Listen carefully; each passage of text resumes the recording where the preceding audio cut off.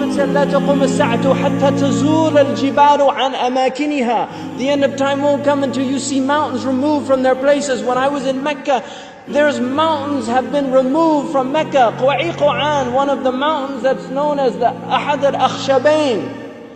When the angels came to the Prophet ﷺ and they asked him if he wanted to see the mountains that they would يطبقهما على Quraysh. One of them was Abi Qubays and the other was Quwa'iquan. Quwa'iquan has been removed. It's gone. It's no longer there. The mountain is gone. A mountain that the Prophet ﷺ walked in its shade. A mountain that the Prophet ﷺ probably climbed as a boy. This mountain is now removed. Then the Prophet ﷺ said, لا تقوم الساعة حتى تزول الجبال عن أماكنها. These are signs for people to reflect. The Prophet I was on the Arabian Peninsula with my family, walking on the beach, and I came upon people in a public beach having sexual intercourse.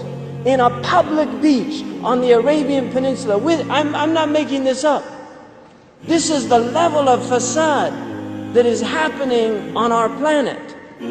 The Prophet ﷺ said, لا تقوم الساعة حتى يتهارج الناس تهارج الحمير. That the end of time won't come until people are like animals openly. He said, sallallahu alayhi wasallam, that one of the signs of the end of time is civilized people would walk with their thighs exposed in the marketplaces. بادية الأفخاذ في الأسواق. People, pens, he said, would be everywhere. He said that people, out of their love of the world, you would get two-income families. That people would be two-income families. That he said a woman will out حرصا على الدنيا تعين زوجها على التجارة. Out of love for this world, she'll work like her husband to earn livelihood, neglecting the children. Some people are forced to do that. And there's no blame on that. But there's people that just out of love of dunya, they will abandon their children and go out. These are the things that are happening around us. He told us that towards the end of time, you will see the people, the ala, ri'asha yatatawaluna fil bunyan. He said there will be poor people who were the desert people, and they were poor and they were taking care of goats and animals, and then they'll begin to build huge buildings. These are signs before your very eyes. We're seeing signs of our Prophet ﷺ.